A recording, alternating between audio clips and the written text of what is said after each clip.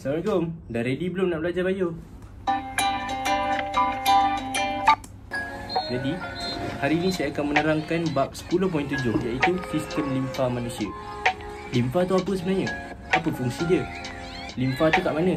Kenapa macam tak pernah dengar? Hari ini saya akan berikan jawapan kepada semua soalan-soalan tu. Jadi, yang pertama, proses pembentukan bendali tisu. Bendali tisu tu apa? Okey, so jadi antara sel-sel dalam badan kita ni dipenuhi dengan cecair.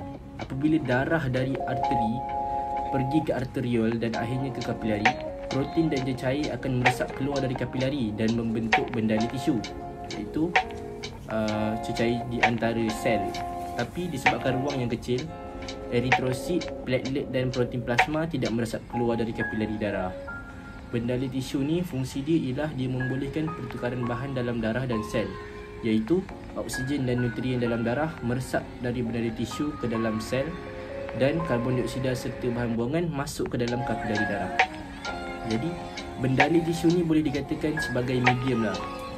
Seterusnya, setiap hari lebih kurang 20 liter plasma darah meresap keluar dari kapilari darah untuk menjadi bendali tisu, tapi hanya dalam 17 liter je yang masuk balik dalam kapilari.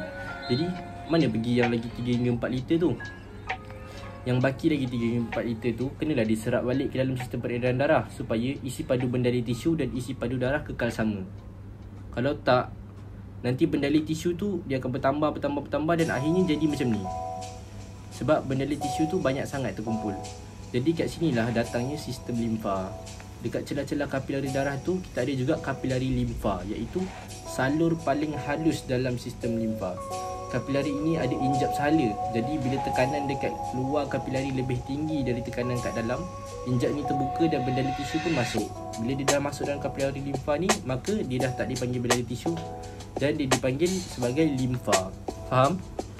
Jadi kalau tengok persamaan dan perbezaan dia, kandungan limfa dan bendali tisu ni sama sebab dia memang dua benda yang sama. Tapi beza dia ialah limfa ada kandungan lemak dan bahan larut lemak yang lebih tinggi dan juga kandungan limfosit yang tinggi. Beza limfa dengan darah pun hanya protein plasma, eritrosit dan platelet, sebab ketiga-tiga ni tak boleh keluar daripada kapilari darah tadi sebab dia besar sangat. Jadi kita teruskan. Beza sistem peredaran darah dan sistem limfa ini ialah sistem limfa ni bukan sistem tertutup sebab salah satu hujung kapilari limfa ialah hujung buntu dan hujung satu lagi bersambung dengan salur limfa.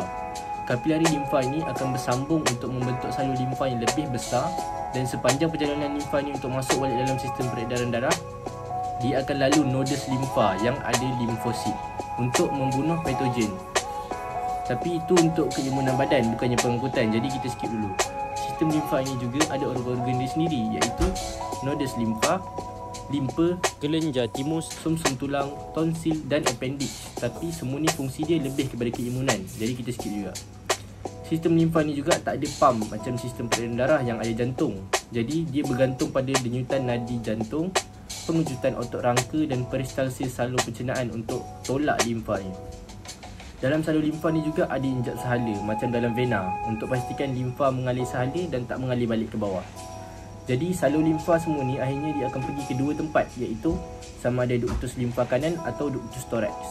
Ductus limfa kanan ni terima limfa dari bahagian tangan, dada, kepala dan leher bahagian kanan je. Ductus thorax pula terima limfa dari bahagian badan yang selebih ni. Bila dah dikumpulkan, ductus limfa kanan akan mengalirkan limfa pergi ke vena subclavicle kanan dan ductus thorax akan pergi ke vena subclavicle kiri. Dan akhirnya bersambung balik ke sistem peredaran darah.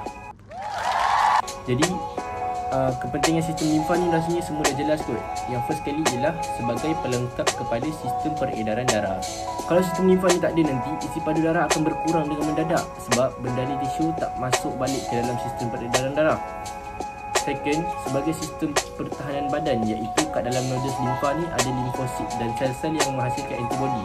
Setiap kali limfa tu lalu dekat nodus-nodus tu, dia akan dicek dan ditapis dulu kalau ada patogen. Dan akhir sekali untuk mengangkut bahan larut lemak. Dalam usus kecil kita ni kan ada vilus. Kebanyakan nutrien terus meresap dalam kapilari darah dalam vilus tu, tapi bahan larut lemak ni terlalu besar untuk masuk. Jadi dia masuk dalam kapilari limfa yang dipanggil lacteal. Dan dia dipanggil lacteal ni sebab limfa yang mengalir melalui lacteal tu nampak macam susu. Jadi dipanggil lacteal. Jadi sama-samalah kita hargai sistem limfa kita dan jangan pandang remeh je, sebab dia memainkan peranan yang sangat penting. Jadi semoga video ini bermanfaat dan harap semua dapat faham.